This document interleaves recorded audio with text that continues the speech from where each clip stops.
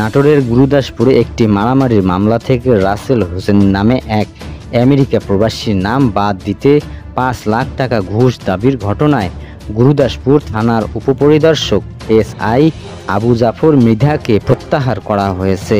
সামাজিক যোগাযোগ মাধ্যমে ছড়িয়ে পড়া অডিওতে কথোপকথনের এক পর্যায়ে পুলিশ সদস্য আবু জাফরকে বলতে শোনা যায়, মামলা থেকে নাম বাদ দিতে সম্পূর্ণ কমপ্লিট করতে ৫ লাখ টাকার নিচে হবে না। আপনি জানেন ৪-৫টা দপ্তরে টাকা দিতে হবে। আমি তো একা নাম কাটতে পারবো না। নাম বাদ দিতে গেলে SP sir, circle sir, OC sir আমাকে ডাকতে পারে। ঈদের আগে আপাতত ১ লক্ষ টাকা দেবেন। এই ঘটনায় গতকাল মঙ্গলবার দুপুরে নাটোরের পুলিশ সুপারের কাছে একটি লিখিত অভিযোগ করেন ভুক্তভোগী স্বজন গোলাম রাব্বি। পরে পুলিশ তদন্ত কমিটি গঠন করেন। এ ব্যাপারে ভুক্তভোগী রাসেল হোসেন বলেন, বিদেশ থেকে আমাকে মারামারির মামলা আসামি করা হয়েছে, অথচ নাম কাটতে পুলিশ কর্মকর্তা ৫ লক্ষ টাকা ঘুষ দাবি করেন। মুক্তিযোদ্ধার সন্তান হিসেবে ঘুষের প্রস্তাব পেয়ে লজ্জিত এবং ব্যথিত। এ সময় ঘুষ প্রস্তাবকারী এসআই আবু জাফরের মতো দুর্নীতিবাজ পুলিশ কর্মকর্তা বিচার দাবি করেন তিনি। জানতে চাইলে এসপি আমজাদ হোসেন দৈনিক আমাদের সময়কে বলেন, অভিযোগ পাওয়ার পরেই অভিযুক্ত পুলিশ সদস্যের বিরুদ্ধে তদন্ত কমিটি গঠন করা হয়। তদন্তে প্রাথমিক সত্যতা পাওয়ায় ওই পুলিশ সদস্যকে রাতেই গুরুদাসপুর থানা থেকে প্রত্যাহার করে নাটোর পুলিশ লাইনে সংযুক্ত করা হয়েছে। তার বিরুদ্ধে বিভাগীয় ব্যবস্থা নেওয়া হবে।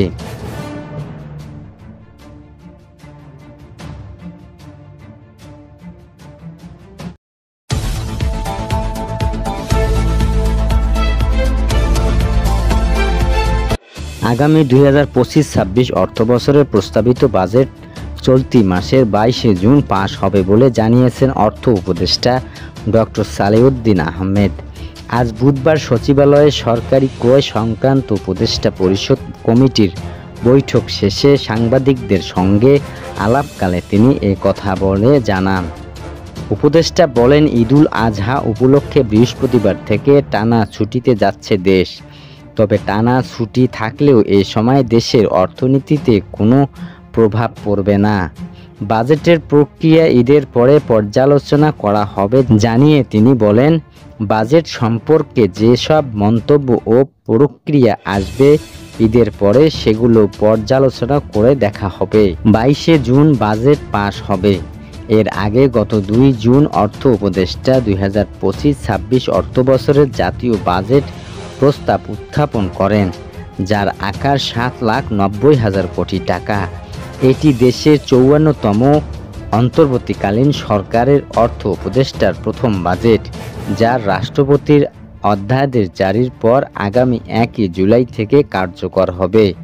প্রস্তাবিত এই বাজেটে চলতি 2024-25 অর্থবছরের মূল বাজেটের 7,97,000 কোটি টাকা তুলনায় 7,000 কোটি টাকা কম। এটি বাংলাদেশের ইতিহাসে প্রথমবারের মতো বাজেটের আকার হ্রাস পাওয়া ঘটনা। আগামী 2025-26 অর্থবছরের জন্য রাজস্ব আদায়ের লক্ষ্যমাত্রা নির্ধারণ করা হয়েছে 5,64,000 কোটি টাকা।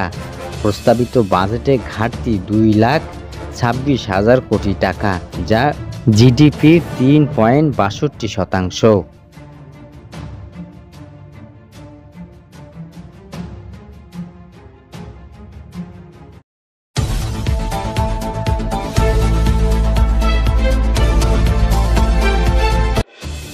পরিস্থিতি বিবেচনায় আওয়ামী লীগ নিষিদ্ধ সরকারের রাজনৈতিক সিদ্ধান্ত বলে মনে করে জাতিসংঘ।